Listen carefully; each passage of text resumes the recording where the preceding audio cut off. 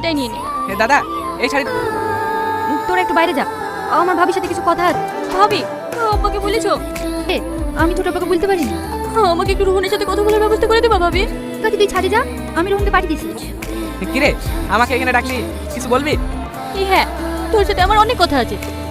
তোকে যে কথাগুলো বলতে পারিনি সেগুলো আজ বলবো। ছোটবেলা থেকে একজনকে ভালোবাসি, অনেক ভালোবাসি। আমি তোকে ভালোবাসি রোহন। তোকে বলবো বলবো ভেবে বলতে পারিনি। আজ আমার বিয়ে। আজ যদি তোকে কথাগুলো বলতে না তাহলে হয়তো আমার মনের কথা মনেই থেকে যেত। তুই আমাকে বিয়ে করতে পারবি রোহন?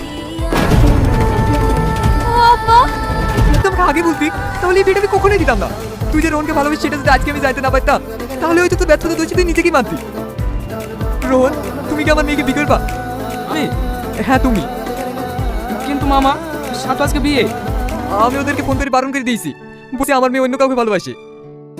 ভাই, সাথী যখন রোহনকে অনেক ভালোবাসে তাহলে বিয়েটা রোহনের সাথেই হোক। রোহন, তোর কোনো আপত্তি আছে নাকি? না আব্বা, তোমরা যা ভালোবাসো তাই করো।